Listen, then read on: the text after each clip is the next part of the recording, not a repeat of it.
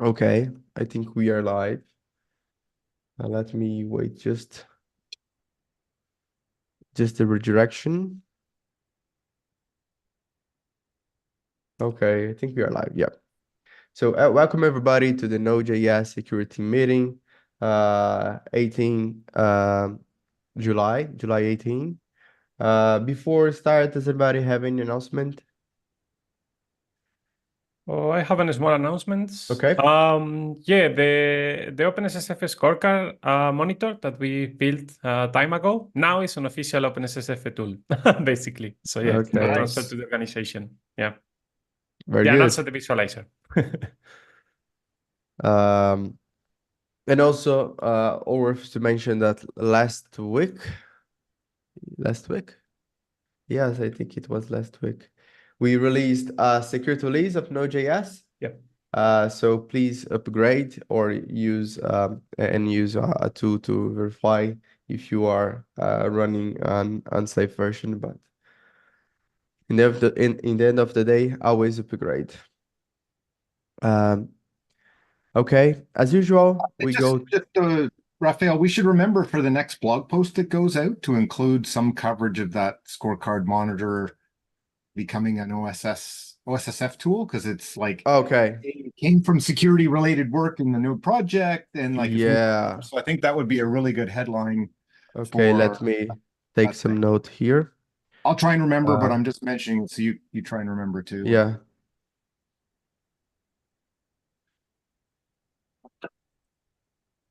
Uh, yes.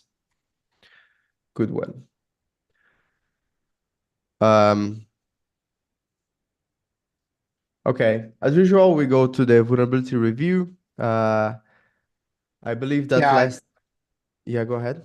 I was going to say, like, there were some failures in the NVD database. So I think last time we might have seen it was broken, but it's fixed itself since then. It was an issue in the back end, and there's no new issues. So I don't think there's anything to discuss in that front.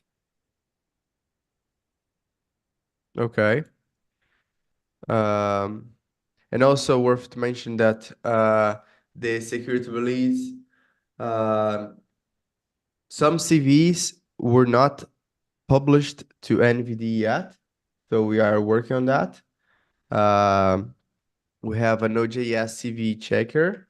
I'm sending the chat the link, and it automates and created a few issues. So we have, if I'm not mistaken, four new CVs that were not published to NVD yet. So I'll be looking to it. Let me take a note I here. wonder if that's something we should add to the agenda to take a quick look to see, like, make it so that it runs more regularly, and then in this meeting, just I do think like do a spot check kind of thing. I think we don't. There's no need to run regularly, but only after security releases, because otherwise we won't publish any other CV, right? Yeah, I agree. I just like sometimes it's easier to have it automated than it is to Yeah, remember. I think that we can include to the security automation that whenever you call git node security dash dash finish, it will also schedule uh, a CV checker run for a week in a week or something like that.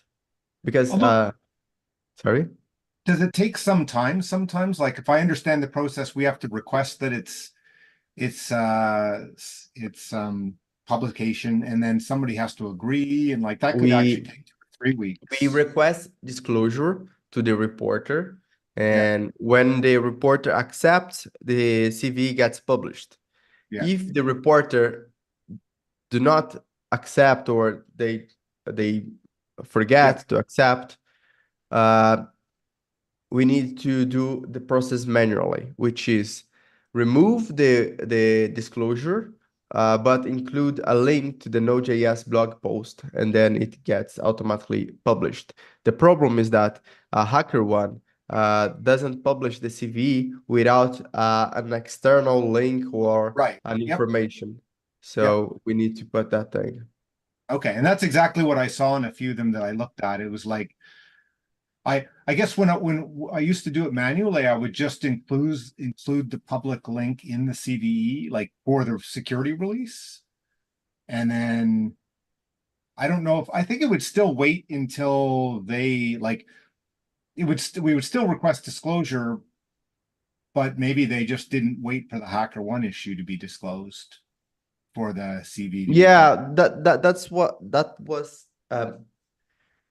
that's the reason that I suggest a week, a delay of a week, because if they don't accept in a week, we need to manually disclose it. Okay. Because usually what happens is that we do not disclose the whole HackerOne discussion, but the summary that we are Right. using.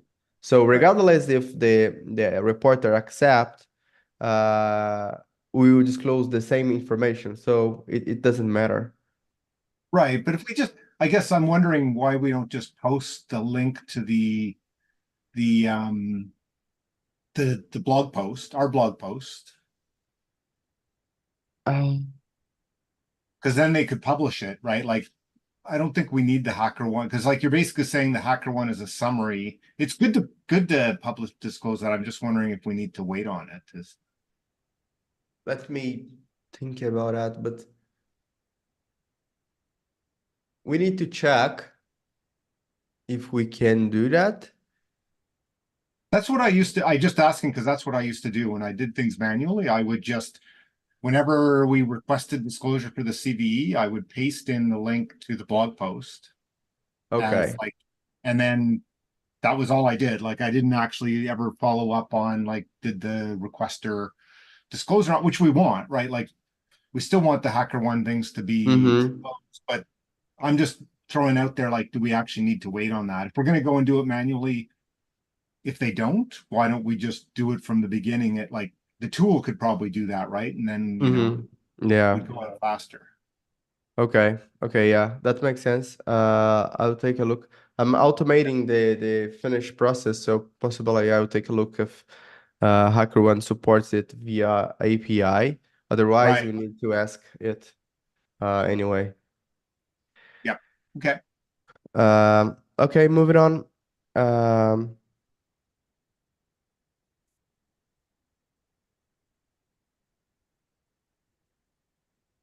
Let me take a note. CVs from last security release.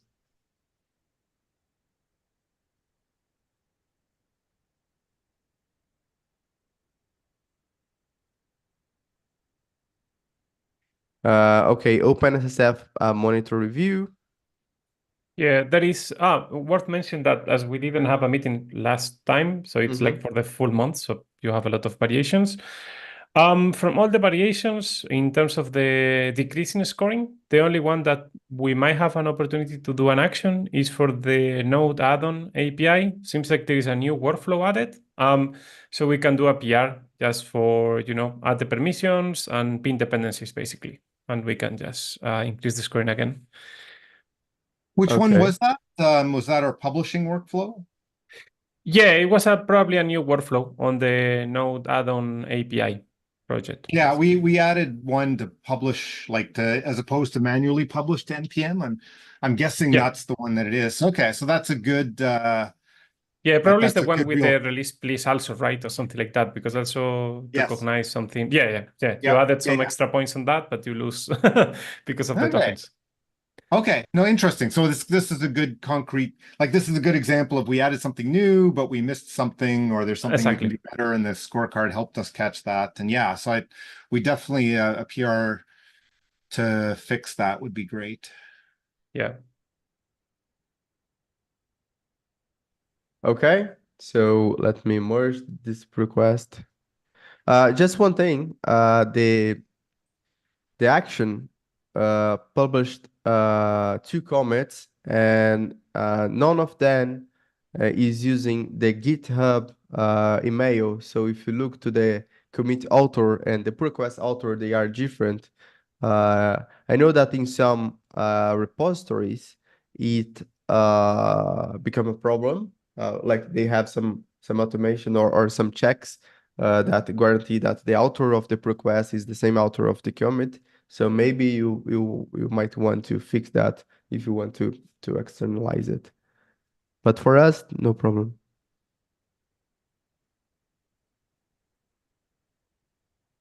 And one You other quick mean, question. Sorry, go ahead. yeah, you mean in the PR of the Node add-on API, right? No. The OpenSSF Oh, scorecard report you updated. If you look to the commits and you look to the pull request author, you see that they are not the same. oh, I will check it out. Yeah, that's a book then. Yeah. Thanks for notice that. Yeah, I will check it out. For the pin dependencies, sorry, my question is there an easy way to use one of the tools to generate a PR to get those pinned hashes, or We have used Step I forgot the security. name of that tool that the team participated in the meeting. Yeah, step security. I think they call it now secure repo or something, this product. right? Yeah. You can Because I know I auto-generate it land a with whole this link. bunch of Yeah, step those. security. Yeah. Like, is it as yeah, I'm just wondering what's the simplest way to get the PR we need to fix that. Oh, yeah, I passed the link on the chat. Yeah, you have it on the fix it button, but yeah, it's the same link basically. So Okay. there you can just generate and choose whatever you want, and we'll Okay. auto-generate it. Okay. Okay, moving on. So the next item in your agenda is the threat model, but I moved to talk about the automation because the threat model will take, I think, the rest of the meeting.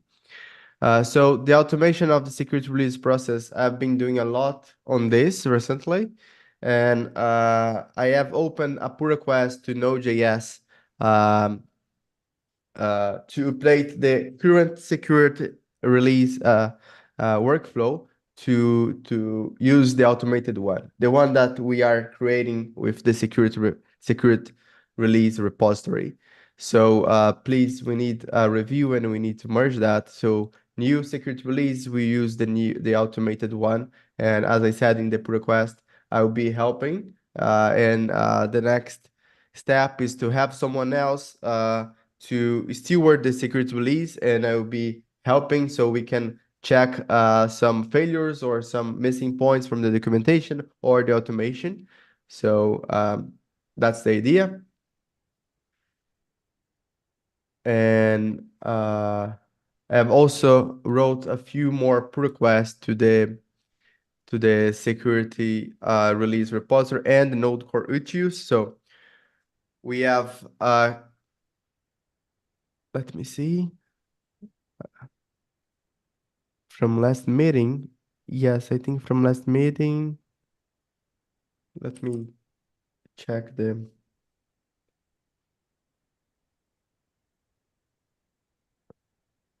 Okay, we have added CVSS check to the security release repository. We are now sorting versions for the blog post, and also, security release usually requires manual work in adding metadata manually, which means that sometimes the last security release I have included the PR URL metadata with a trailing slash in the end, and it almost break things. So I have added support to trailing slash on the check validate commit and also on the branch diff. Um, and I think that's it. Uh, so yeah, I think that's it.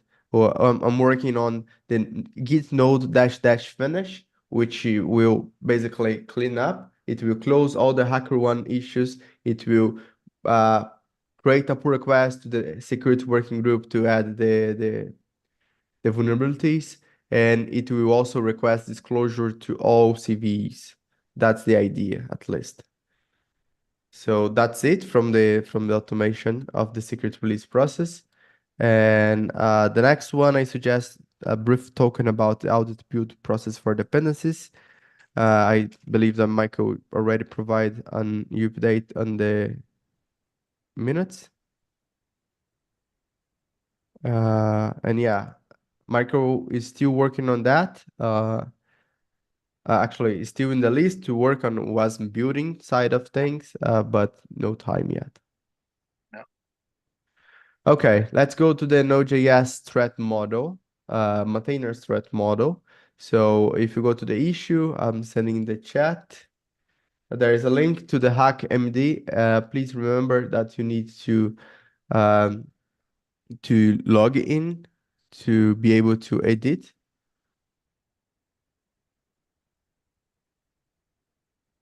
And I don't remember exactly where we stopped, but I think we have two tables, threats and access per group.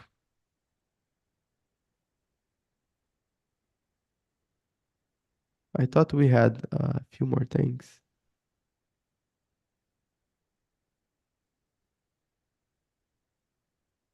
Is there a history or something?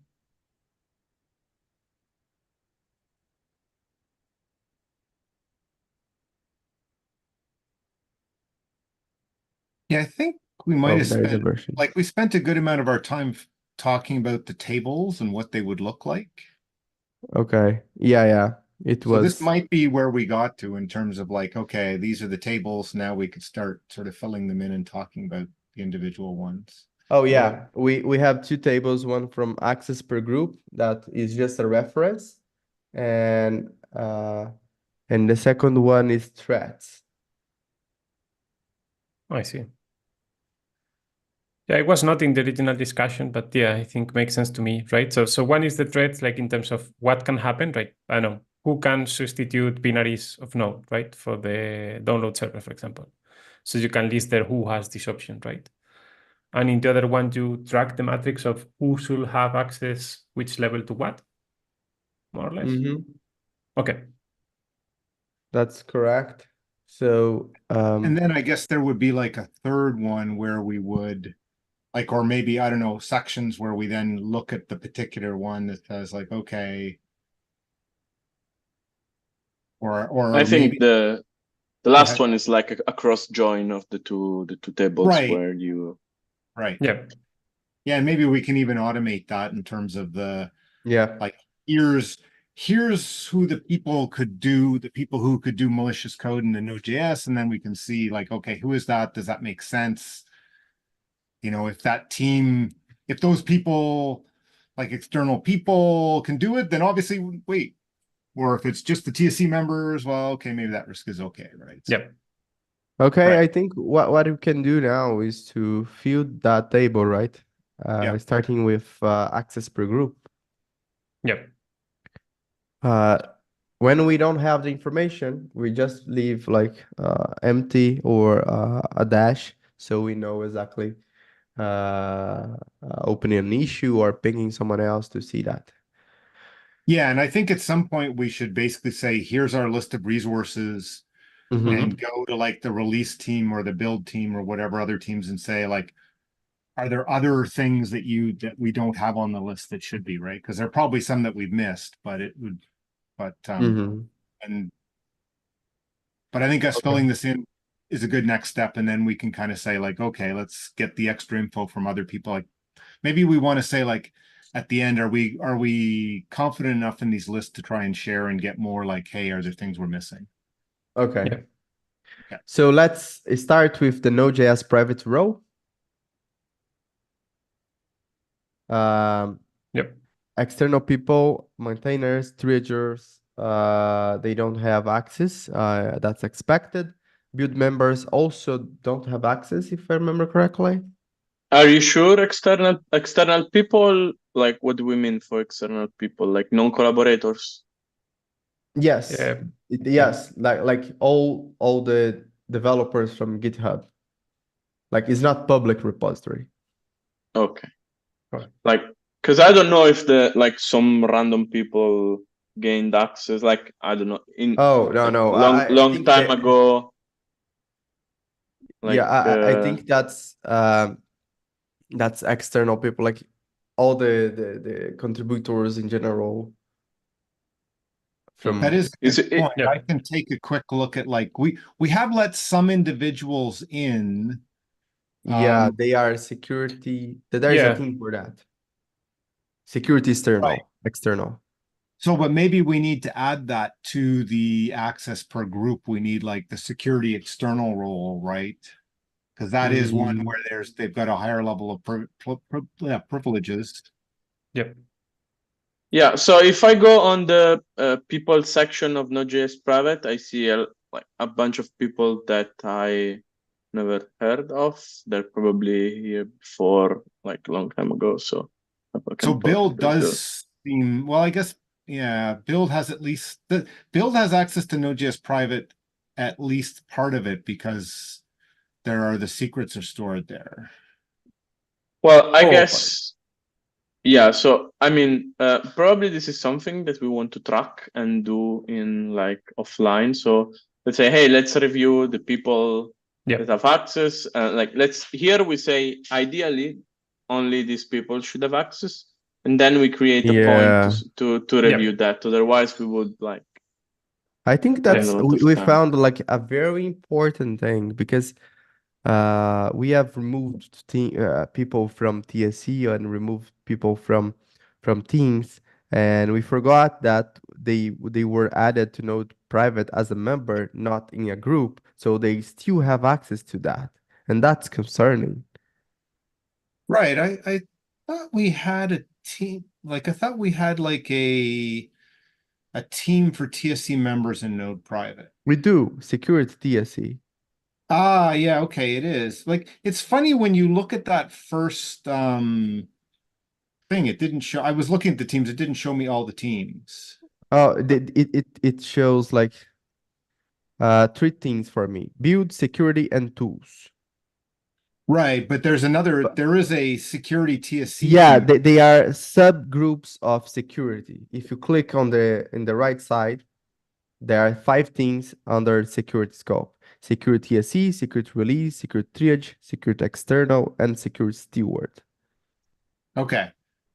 So those like we should probably add to our threat model, like the security. Well, we've got security stewards. Like, do we have those five teams is the question. Uh, we have security steward and security triage. I don't think we should add like security release. That will be it will be the same as Node.js releasers because it falls in Right. the same group. And security TSC is the same for a Node.js TSC. Okay. So basically, just making sense, checking that like, so for all the people, so for security, for that security group, are there individuals who are in there that aren't in one of those teams? Yeah, they are. The only Okay. thing is that I don't think we keep that sync because I'm seeing people that left or were moved to emeritus is still there. Right. Yes. So I would say we should try and get it back to just people in the teams. Like, the exerted, you said that it's funny because I can't see those five sub teams for some reason, but Uh, the heck does it not show all the teams? I will share my screen. Yeah, okay, that would be good. Oh, no, I see the Okay. five. Okay, now I see it. Now I see it. Right. So Okay. the security external, right? I think we should include the security external in our list because we do grant Yeah, people, yeah, I think so. and then otherwise, I agree, and nobody should have direct access. Yeah, I think that uh release security steer, security triage. I think we can for now remove GitHub plugins because it will be hard to access, I guess. Remove And it, which team, like your team or in the table access per group, the last one is other external GitHub plugins. I think this will be fairly easy to access, and well, it that's doesn't belong to this group because plugins. I don't know. no, we authorize. I think that's a good one to have because we authorize some GitHub plugins. in the main repo at least, and that is a risk of some sort depending on the privileges that they get, right? Okay. So Node.js security external. Right. Okay. Yeah, that's Yeah. I mean, the check is fairly easy once we define, like we have looked at this. Like let's say, hey, we want external people, maintainers to have access to Node private. We go on the list of people, we check in which team they are. If they are not in any team, like I see that people who are in zero teams. So Yeah. there is people who like we have to remove. okay. Yeah. And like we can do that in a future iteration. Okay. That would Yeah. be good just to maybe put as an action to like Yes. somewhere, Yeah. let's put an action here to say like we should go through and make sure that people are only in, like if you're not in a team, then yeah, you should not be. Yeah, I can that's see true. there's like one person like that, right? Oh no, I two. added also one team to the table that we might forget before. That is the moderation team, because they have admin access on GitHub level.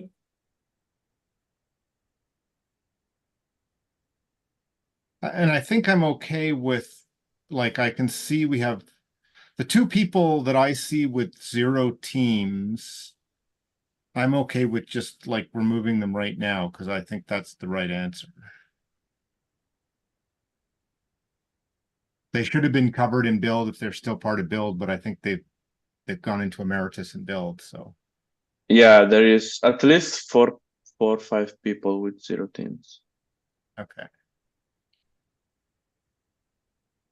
Okay. All So right, there's probably the next anyway. I'm gonna remove a couple as we're chatting, but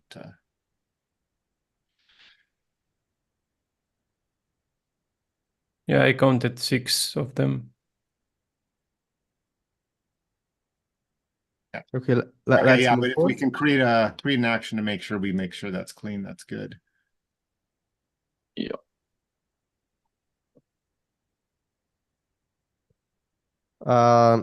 Who is the best word to say like read and write access, or all is better?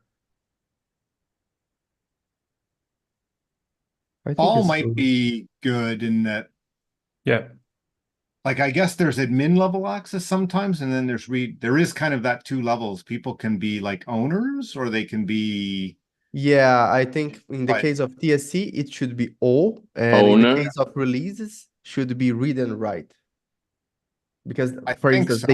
they can't add new members, for instance, Right. or delete the Right. repository. Yeah.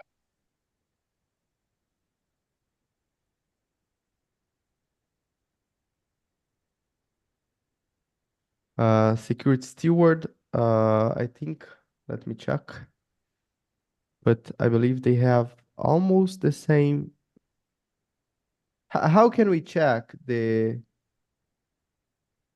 ability? What do you mean? Sorry, Like if they can do what?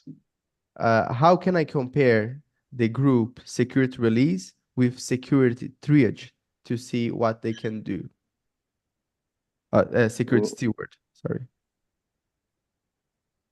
I think if we go to the groups, let me take a look. So teams. Well, I think so if we go back to the org, Member and privileges. we may actually have to look at, we can look at projects or settings, secure. I think settings, organize settings and then member privileges. Is that it? No, settings. Organization roles, no. Somewhere there's like security. Certainly if we go to a particular repository, we can see. So like I'm going to look at like, say, secrets. And there, if we look at the settings, there's team members and roles. I think that all teams have the same permissions, because when you try to create a new team, it just asks you the team name and description, but like nothing really easy to configure or something like that. So I think it's fair to assume that all the teams That's in not the quite Node.js true. Like I look in Node.js private/secrets, and in there, there's the only team that has access is the build. I meant for Node.js private. And then, well, okay, so For Node Node.js private, actually. Node.js private. If I go, okay, You go to Node.js private, Node private, and see the teams. Actually, if I let me go check. there and I go to settings, and then I go to collaborators and teams, I can see There are that two teams. security has access, tools has access, and actually there's one individual collaborator as well Yep. who has triage access. Anna, yeah. It was me, I guess. I think we have a discussion there. So yeah, we know exactly the security team has access and the tools, and it's weird because the security TSC doesn't have access. I know it does because it's in It the does same. because it's part of the security team, right? So like I think this says like that one, everybody, the only people who should have access, because the top level teams we have are security team or back to teams. We have basically build security. So build doesn't necessarily have access to that, but everybody under security does. Yes, that's true. So I But it think they gets a don't. little sticky. I guess like we may have to break out in terms of the resource. It's Node.js private. And then there's some repos, and then the build team actually has access to Node.js private/secrets, which is a different thing. Yes, but they don't have access to Node, like to the patches, for instance. Exactly. So that's why like I think we need to add in this, which is like Node.js private/secrets, right? Because then the build team has access. Mm-hmm. And this is like maybe all. I think it's Node.js private, Node private in that case. Sure. It's just like at some point, there's also then another repo. There's Node.js private / node security something release. security release, and it's gonna explode when we look at the Node core repo. There's 200 repos. We'll need some I sort of think shorthand, right? I think we should only include the most sensitive ones, which is the Node private. Possibly, I don't know if the secrets make sense, to be honest. And also the one about the security release one, because you Yeah. can see the reports and Secrets definitely make sense because that has the keys to the castle. Like Yeah. Yeah, worth to mention that they are encrypted on top of, so they are, right? So yeah, but still. yeah, it's when we're looking at like risk and whatever, it's definitely one of the things we want to consider. Yeah.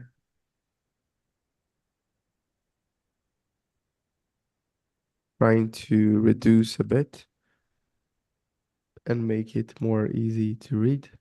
Yeah. And even I guess like under 1Password, we may when we get to that, we might have to break things up a bit as well because different people have different access to things. Yeah. I think that instead of adding prev, we can just add the link to the repository, so no need to. Well, we're definitely starting with one of the ones where it's more likely to. Right. There's a whole bunch of like there's 13 repositories. So there's like LLHTP private, Node private, Node.js org private. I suspect all of those will have similar level of access. and I think there are many that we can just like archive. Like updated last time in 2016, 2018, 2019, 2019, like It's very interesting. The old. node add-on API private, it basically says you haven't added teams or people. So I guess that's only org owners.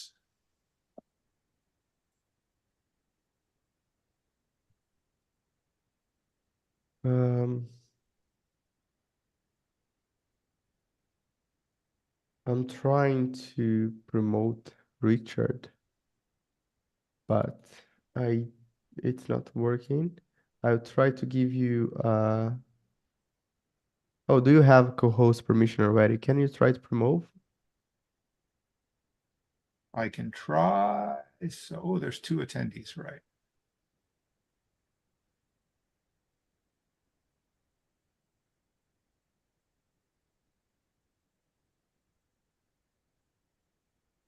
Okay. Hello. Hello. I just Hello. was watching on YouTube and I think Oh, does someone really watch that? Review, right? well, I you think I- started talking about access to the private repos, and it's like I think you've sorted it out now that it is on a per repo basis. So Yeah. you know, the teams are defined, but then the actual access they have is defined in the actual repositories and resources. So And do you think there are other sensitive repositories on Node private other than like Node private and the secrets? haven't really looked at any of the others. So I know that we've got things for some of the other projects in like LLHTP, I think has a thing in there. Yeah, there's the LLTP private. Yeah, and I can't remember if that's I think that may have been used once or at least, but yeah, I don't know. Some of the stuff in there is like old. I think build has 2 repositories. They have secrets, but I think there's also like a private build. But I don't recall that build has used that for a long time. So it's debatable whether build wants to have an area to have private discussions that isn't like email, which is where most of the private build discussions happen. But yeah, it's like old archives. You could possibly archive it. Okay. I was thinking like, that node private, I think maybe if we made that like star private, because there's a bunch of them that are like LLHTP dash private. And I think the challenge is someone will need to just verify that they either have some settings or no settings, because I think if you don't assign teams, then the only people that could actually access it are the organization own admins. I think Which, for this might be fine, that might be safe, but yeah, I mean, I don't think it's, I wouldn't want us to make the assumption that like node.js private / something has the same access as node.js private / node private. Because, no, but I yeah. think all of ours like node private, we could say like those should all be given the same privileges, which is like if you're in the That's security. not true, is it?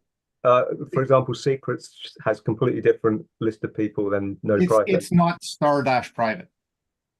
It's something different. Oh, right. Yeah, I see what you mean. Okay. Maybe. Right. If So you I think like policy, yeah. In terms of like a risk assessment, if we made that, I don't know if we can say, if we made that like star private, then that would cover off all of those. And if they're not, like, if there's actually less access, I think that's okay from this perspective, right? Because we're going to say like, what's the risk of all these people having access? And if it's actually a little less, not a problem. And I think like in general, if somebody said like, hey, I need access to LLHTTP private to do something, we would probably add them to security external. So I guess my only question there is, I don't know who the current maintainers of LLHTTP are, and whether there are any maintainers of LLHTTP that would be involved in any future security update that isn't in one of the other existing teams. So, I mean, obviously there are a lot of overlap because, people tend to get put into the TSC if they've made significant contributions. But that may just be like a happy coincidence that the people likely to do the security patching on those dependencies are already on like one of the security teams because of, a role in some other sphere of the project. regardless I of the guess way you it get is, that to when you get to it. regardless of the way it is, I think it should be that they would be added to security external. Okay. Like we don't want to make another team Yep. for That adding makes perfect people. sense. But the only thing is that some repository will never have security external. For instance, the security release will never have the security external access.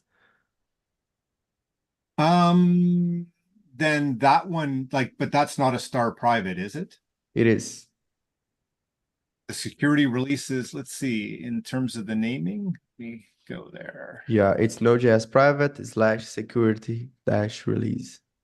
Right, but Mike was Well, talking no, about I'm the saying that ends with a dash that end with dash private private. suffix. I'm Oh, trying to okay. find some sort of Okay, simplification so okay. we don't have 13 lines. And I think that one, like, we should probably try and treat all of those repos the same. And like, if we need somebody who has, we should give them access like to the security team. And if somebody needs to have access to do one, we would then say, well, we'll add you to the security external for the period of time you need to do that. Otherwise, Yeah. like this thing will grow to the point where we can't manage it, right? And that's one that made sense. Okay, I'm trying to look here on private dash private. We have, yeah, it's all about node private, to be honest. Like I think adding the asterisk will make it um, less readable, but But it's I understand the motivation. yeah, like otherwise Yeah. we got to list. We can't. I don't think we can just ignore things, right? Like it's doesn't make sense to just say these ones don't matter. So we somehow got to cover them. We That we seems can like the we can easiest add way. a small footnote telling that all the Yep. private repos is the same as node private. But How about like if you how about this instead of star private, we could say node private and all repos ending in dash private. How about that? yeah, it will make it hard the table to read. I think we can like do the following. Let me try. And then here,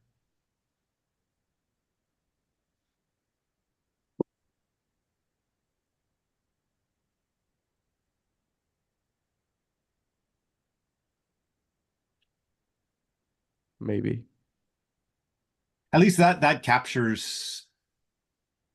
We can.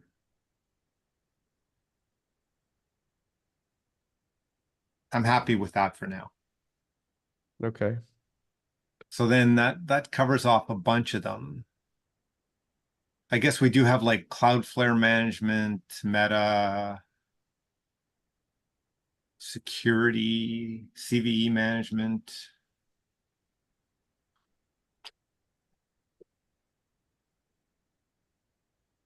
You're right that some of them could just be archived, I think. I opened an issue on Node.js private meta with repos that, in my opinion, should be archived. But I cannot, like, I don't know who to ping. Like, I would like to ping TSC, but there is no TSC on this. There's a security TSC. Okay, I will ping that. Yeah, I think if we archive them and remove all teams, so it's just the owners.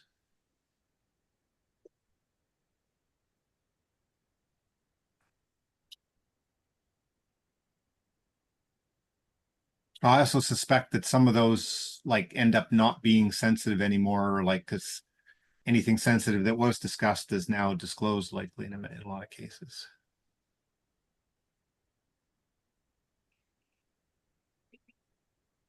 Okay.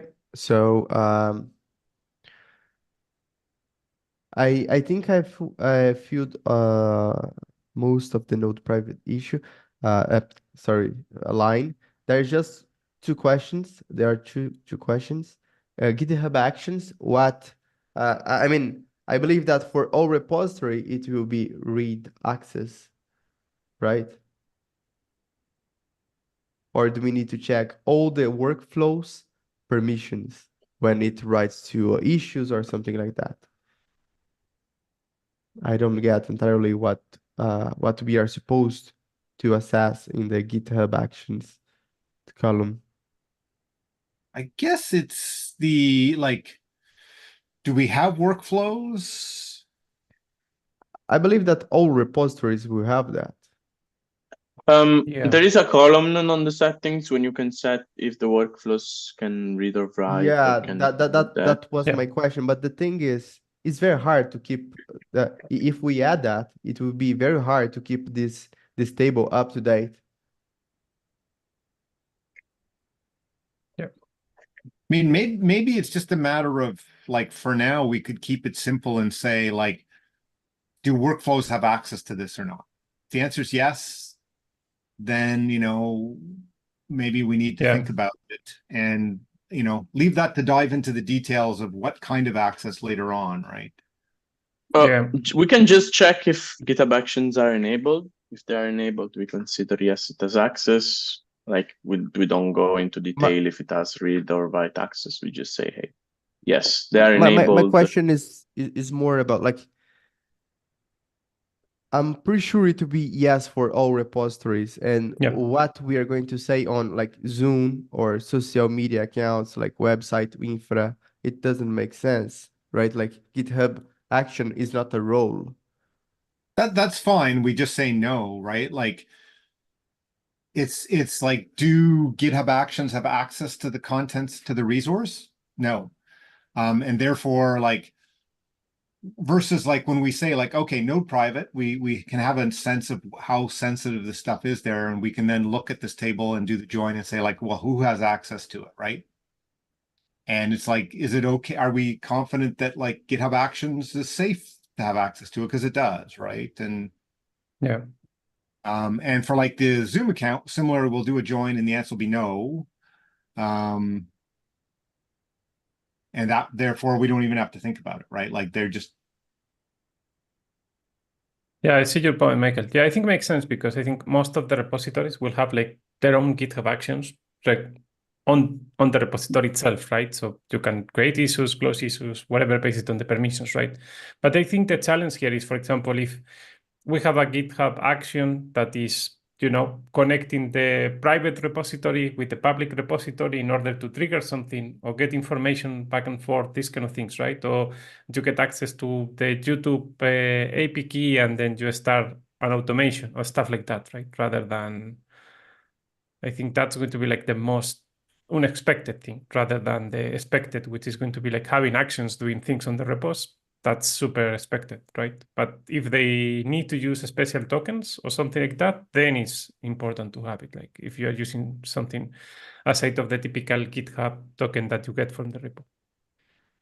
Yeah, and even for prioritization, though, like, for example, we may say, like, what is the absolute most sensitive information, right? Like, okay, if node private is the most sensitive, what are all the things that have access to it? If Yeah. workflows and GitHub Actions are one of them, we can say, like, well, we totally trust GitHub, so no problems at all. Or we could say, well, that one is so sensitive, we should have a set of rules that say, Yeah.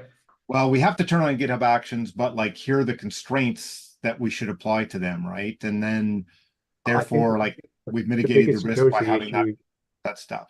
The biggest security with GitHub Actions is you can, you know, what actions are the workflows using? Because you could probably make a statement that if the actions was something like, you know, actions checkout, maybe we trust, you know, if you don't trust that, then I think, you know, the whole GitHub ecosystem is going to have problems.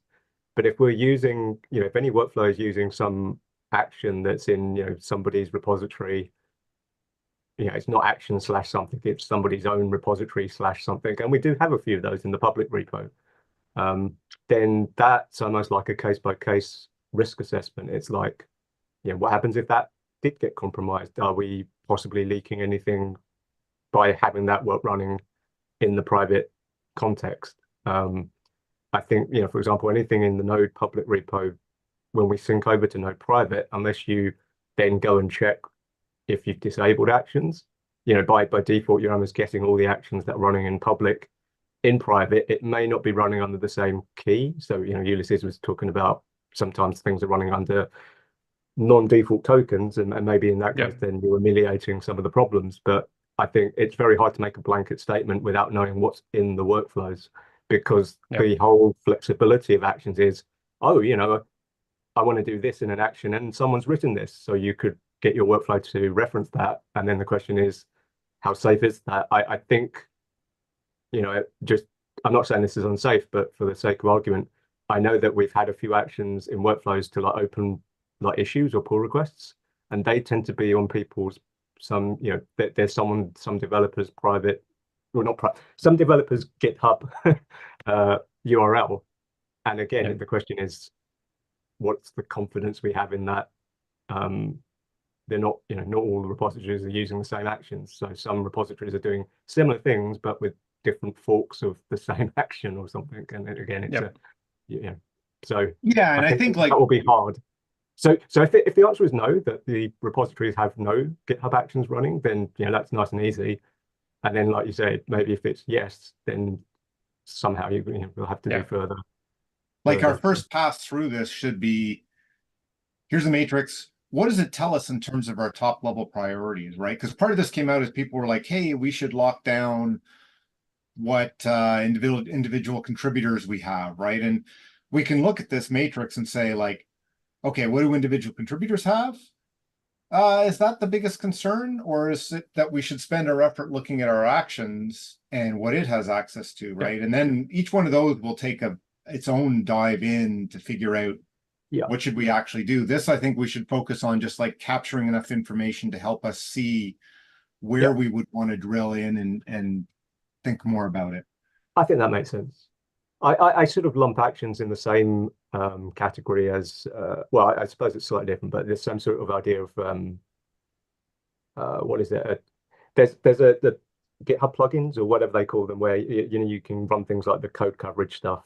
Although I think that is actions now. But that idea where you authorize GitHub apps on your repository, it's that similar sort of threat thing, which is like maybe we do trust them, but we have seen issues before where, you know, we get security alerts where I think one of the coverage providers did have some secrets leakage, and that did cause a lot of ecosystem. They're like another category of, they're not people, but like they're a thing that has access that, like Richard said. So, you know, you sort of trust them, but at the same time, it's still a risk in that, you know, even if you trust them, there's a non-zero possibility that maybe if they do get compromised, it's a threat to the project.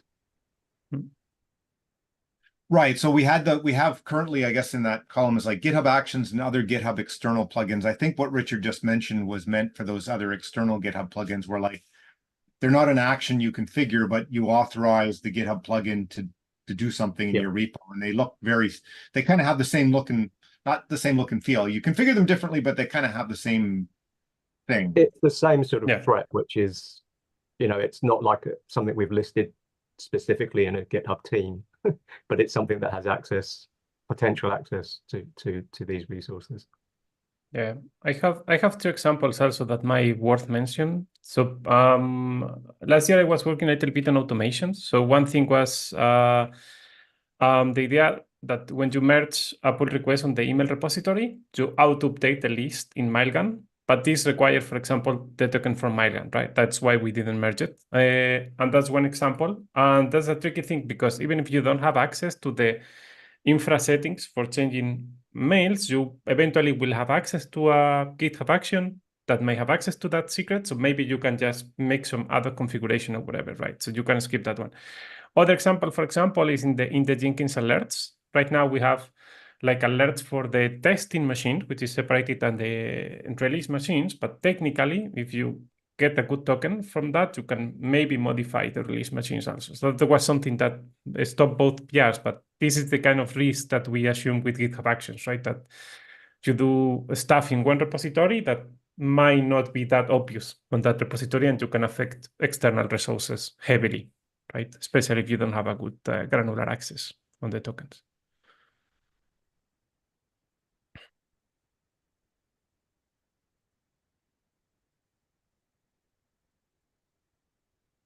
If that makes sense. Yeah. All right, Okay. folks. So we are in the end of the meeting. It's It has been past 1 hour, and also I've filled some lines, and I left a comment specific for Node.js.org.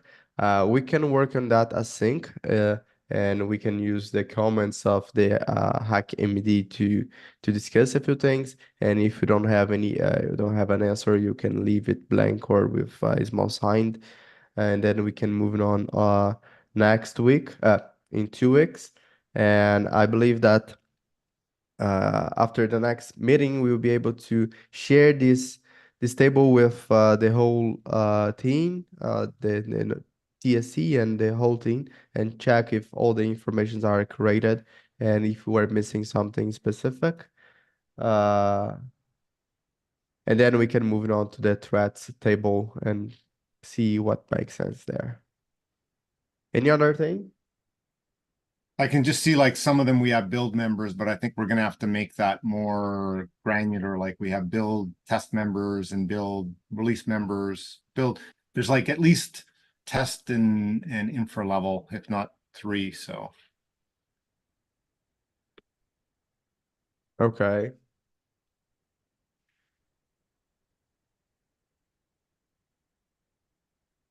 Okay. okay, just taking it. Oh, the line you mean. Okay. Well, up on top we have like just build members, right? We really need to But have you could potentially put that as a value in the column. So the Yeah. column is like build, and then in the actual column for the value, you could put infra test. You know, the actual subset of the build team. yeah. As long as like I think we were talking of trying to do like a join of the tables. Okay. So I don't know if that would help. Like if that, like putting in the levels there will let us do that or not let us do that.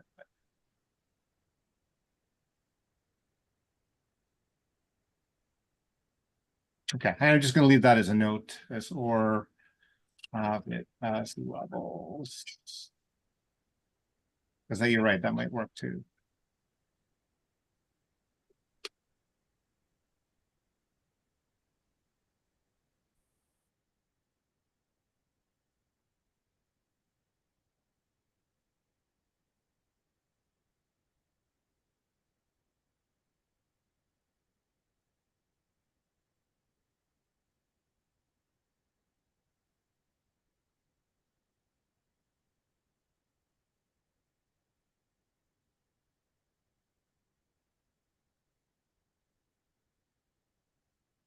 Okay, see everybody next time, I guess.